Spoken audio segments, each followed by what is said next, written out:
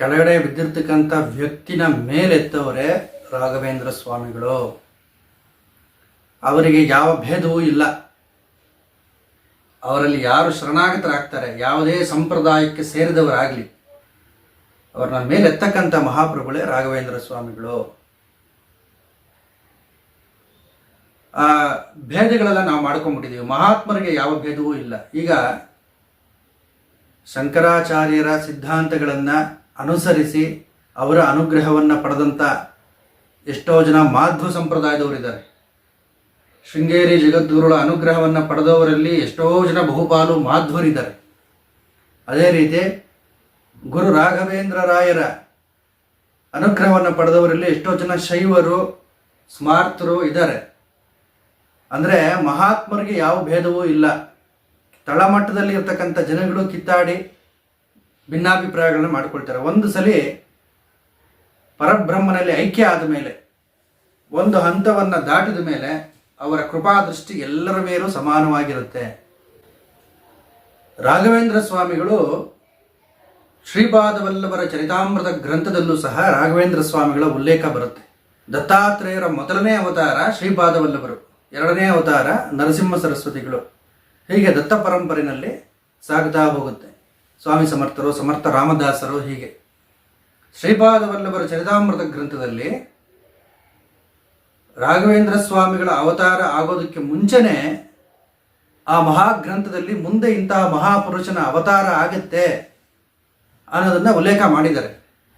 ನರಸಿಂಹಸ್ವಾಮಿ ಹಿರಣ್ಯಕಶಿಪುವಿನ ಹೊಟ್ಟೆಯನ್ನು ಬಗೆದಾಗ ಅವನ ಕೈಗಳಿಗೆ ಆ ವಿಷ ಅಂಟ್ಕೊಂಡ್ಬಿಡುತ್ತಂತೆ. ವಿಷ ಅಂಟಿಕೊಂಡು ಅದು ಬೆಂಕಿಯ ರೀತಿಯಲ್ಲಿ ಜ್ವಾಲೆ ಉರಿಯೋದಕ್ಕೆ ಶುರು ಮಾಡುತ್ತೆ. ಲಕ್ಷ್ಮೀದೇವಿಗೆ ಗಾಬರಿ ಆಗೋಗಿ ಈ ತಾಪವನ್ನು ಶಮನ ಮಾಡೋದು ಹೇಗೆ, ಉರಿಯನ್ನು ಆರಿಸೋದು ಹೇಗೆ ಅಂತ ಯೋಚನೆ ಮಾಡಿದಾಗ ಆಕೆ ಏನು ಮಾಡ್ತಾಳೆ ಅಂತ ಹೇಳಿದ್ರೆ, ಅತ್ತಿ ಮರ ಅಂದರೆ ಔದುಂಬರ ವೃಕ್ಷದ ಕಾಯಿಗಳನ್ನು ತಂದು ಜಜ್ಜಿ ಅದರಲ್ಲಿ ಒಂದು ಲೇಪನ ಮಾಡಿ ನರಸಿಂಹಸ್ವಾಮಿಯ ಕೈಗಳಿಗೆ, ಉಗುರುಗಳಿಗೆ ಹಚ್ತಾಳಂತೆ. ಆಗ ತಾಪ ಉಪಶಮನ ಆಗುತ್ತೆ. ಆಗ ನರಸಿಂಹಸ್ವಾಮಿ ಏನು ಹೇಳ್ತಾನೆ, ನಾನು ಪ್ರತಿಯೊಂದು ಔದುಂಬರ ವೃಕ್ಷದಲ್ಲೂ ನಾನು ನನ್ನ ಸಾನ್ನಿಧ್ಯವನ್ನು ನಾನು ಕರುಣಿಸ್ತೀನಿ ಅಂತ ಹೇಳಿ ವರವನ್ನು ಕೊಡ್ತಾನೆ.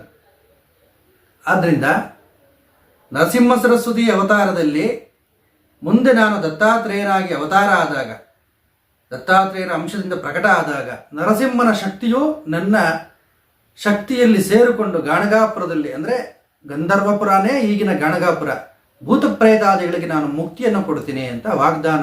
ಅದು ಶ್ರೀಪಾದವಲ್ಲಭರ ಚರಿತಾಮೃತದಲ್ಲಿ ಉಲ್ಲೇಖ ಆಗಿದೆ ಆ ವಿಚಾರ. ಪ್ರತಿಯೊಂದು ಔದುಂಬರ ವೃಕ್ಷದಲ್ಲೂ ನನ್ನ ಸಾನ್ನಿಧ್ಯ ಇರುತ್ತೆ ಅಂತ ವರವನ್ನು ಕೊಡ್ತಾನೆ. ಸೀಳಿ ಹೋಗಿದ್ದಂಥ ಆ ಉಕ್ಕಿನ ಸ್ತಂಭಕ್ಕೆ ಅಲ್ಲಲ್ಲಿ ಅಲಂಕಾರಿಕವಾಗಿ ಔದುಂಬರ ವೃಕ್ಷದ ಅತ್ತಿ ಮರವನ್ನು ಬಳಸಿರ್ತಾರೆ.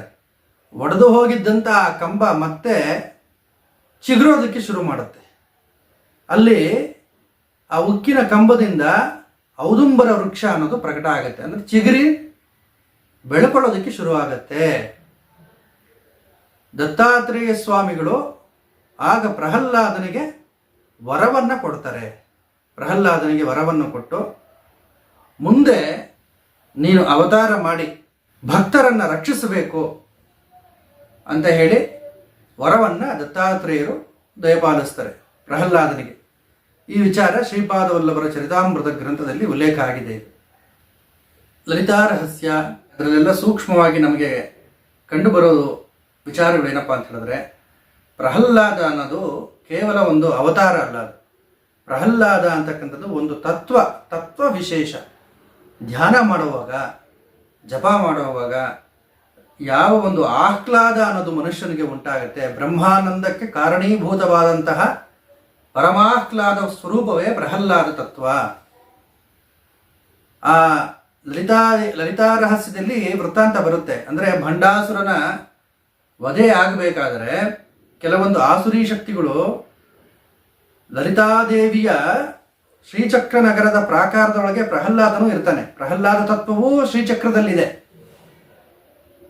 ಪ್ರಹ್ಲಾದ ಅದರೊಳಗಡೆ ಕೂತ್ಕೊಂಡಿದ್ದಾಗ ಆಸುರಿ ತತ್ವಗಳು ಬಂದು ಪ್ರಹ್ಲಾದನನ್ನು ಹಿಂಸಿಸೋದಕ್ಕೆ ಶುರು ಮಾಡಿದಾಗ ಲಲಿತಾದೇವಿ ತನ್ನ 10 ಉಗುರುಗಳಿಂದ 10 ದಶಾವತಾರಗಳನ್ನು ಪ್ರಕಟ ಮಾಡ್ತಾಳೆ. ಆಗ ನರಸಿಂಹನು ಲಲಿತಾದೇವಿಯ ಉಗುರಿನಿಂದ ಪ್ರಕಟವಾಗಿ ರಾಕ್ಷಸರ ಸಂಹಾರ ಮಾಡಿ ಬಾಲಕನಾದ ಪ್ರಹ್ಲಾದನನ್ನ ರಕ್ಷಿಸ್ತಾನೆ. ಇದು ಭಂಡಾಸುರ ವಧೆಯಲ್ಲಿ ಬರ್ತಕ್ಕಂಥ ಇನ್ನೊಂದು ಘಟ್ಟ ಇದು.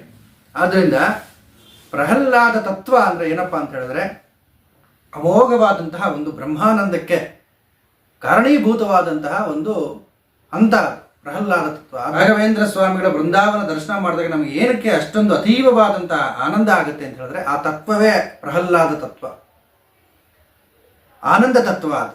ಆದ್ರಿಂದಲೇ ಮನಸ್ಸಿಗೆ ಎಷ್ಟೇ ನಮಗೆ ದುಃಖ ಇದ್ರೂ ಬೃಂದಾವನ ದರ್ಶನದಿಂದ, ಅದು ಎಲ್ಲೇ ಇರಬಹುದು, ಯಾವುದೇ ಬೃಂದಾವನ ಇರ್ಬೋದು, ರಾಘವೇಂದ್ರ ಸ್ವಾಮಿಗಳ ಯಾವುದೇ ಬೃಂದಾವನ ಇರ್ಬೋದು, ಅಲ್ಲಿ ನಾವು ದರ್ಶನ ಮಾಡಿದಾಗ ಆ ಆನಂದದ ಅನುಭೂತಿನೇ ಬೇರೆ.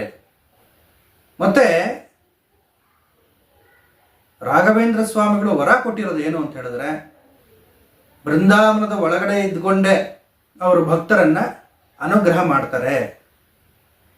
ಅಂದ್ರೆ ಸಜೀವ ಸಮಾಧಿನಲ್ಲಿ ಅವರು ಕೂತ್ಕೊಂಡಿದ್ರು ಸಹ ಅವರ ಕ್ರಿಯಾಕಲಾಪ ಅದನ್ನ ಮೀರಿದ್ದು. ಅಂದ್ರೆ ಅವರು ಎಲ್ಲೂ ಬೇಕಾದರೂ ಪ್ರಕಟ ಆಗಬಲ್ಲರು. ಅನೇಕ ಭಕ್ತರ ಉದಾಹರಣೆ ನನ್ನ ಹತ್ರ ಇದೆ. ಎಲ್ಲಿ ಬೇಕಾದರೂ ಅವ್ರು ಪ್ರಕಟ ಆಗ್ತಾರೆ. ಭಕ್ತರನ್ನ ಯಾವುದೇ ಸಂಕಷ್ಟದಿಂದಲೂ ಬೇಕಾದರೂ ಅವರು ಪಾರು ಮಾಡ್ತಾರೆ. ಆ ಶಕ್ತಿ ರಾಘವೇಂದ್ರ ತತ್ವದಲ್ಲಿ ಇದೆ.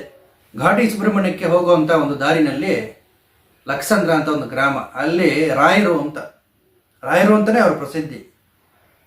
ಅವರು ಹುಟ್ಟಿನಿಂದ ಸ್ಮಾರ್ತ ಸಂಪ್ರದಾಯಕ್ಕೆ ಸೇರಿದವರು. ಅನೇಕ ಆಧ್ಯಾತ್ಮಿಕ ಸಾಧನೆಗಳನ್ನು ಮಾಡಿ ಮಾಡಿ ಮಾಡಿ ಮಾಡಿ ಕೊನೆಯಲ್ಲಿ ರಾಘವೇಂದ್ರ ಸ್ವಾಮಿಗಳ ಅನುಗ್ರಹ ಆಯಿತು ಅವರಿಗೆ.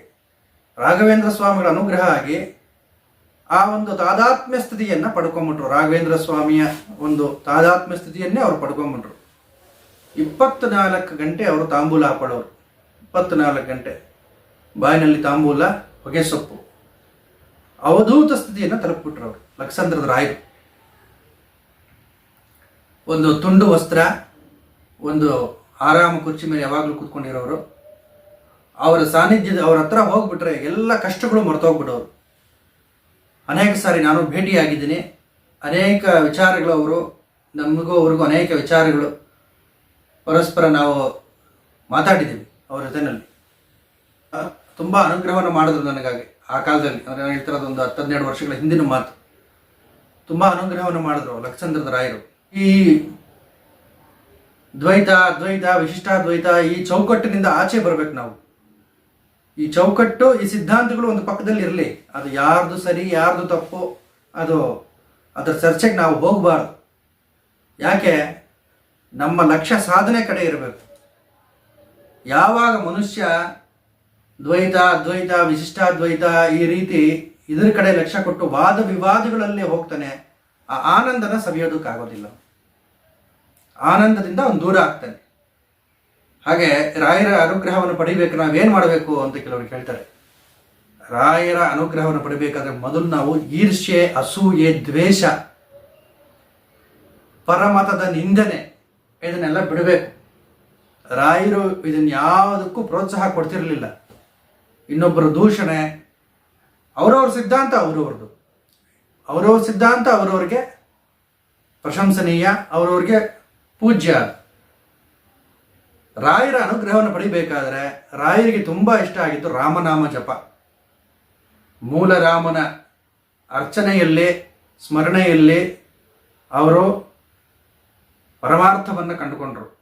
ರಾಯರ ಅನುಗ್ರಹವನ್ನು ಪಡಿಬೇಕಾದ್ರೆ ನಾವು ಸಹ ಅದೇ ಮಾರ್ಗದಲ್ಲಿ ಸಾಗಬೇಕು. ಅದೇ ಮಾರ್ಗದಲ್ಲಿ ಸಾಗಿದಾಗ ನಮಗೆ ರಾಯರ ಅನುಗ್ರಹ ಖಂಡಿತ ಆಗತ್ತೆ. ನಾಮಸ್ಮರಣೆ ತುಂಬ ಒತ್ತು ಕೊಟ್ಟರು. ನಾಮಸ್ಮರಣೆಯಲ್ಲಿ ಸದಾ ಇರಿ. ರಾಘವೇಂದ್ರರ ಪ್ರಮುಖವಾದ ಬೋಧನೆ ಅದೇ, ಭಗವಂತನ ನಾಮಸ್ಮರಣೆಯಲ್ಲಿ ಇರಿ. ಇಲ್ಲಿ ನಾಮಸ್ಮರಣೆ ಮಾಡ್ತಾ ಮಾಡ್ತಾ ಹೋದಾಗ ನಮಗೆ ಯಾವುದು ಸೂಕ್ತವೋ ಆ ಮಾರ್ಗಕ್ಕೆ ಪರಮಾತ್ಮನೇ ಕರ್ಕೊಂಡು ಹೋಗ್ತಾನೆ ನಮ್ಮನ್ನು. ರಾಯರಿಗೆ ಅತ್ಯಂತ ಪ್ರೀತಿ ಪಾತ್ರವಾದದ್ದು ಅನ್ನದಾನ, ಹಸಿದವರಿಗೆ ಊಟ ಹಾಕೋದು. ಆದ್ದರಿಂದಲೇ ರಾಯರ ಅನುಗ್ರಹವನ್ನು ನಾವು ಪಡಿಬೇಕಾದ್ರೆ ಅನ್ನದಾನವನ್ನು ಮಾಡಬೇಕು. ರಾಯರ ಹೆಸರಿನಲ್ಲಿ ಗೋವುಗಳಿಗೆ ಏನಾದರೂ ತಿನ್ನಿಸ್ಬೇಕು.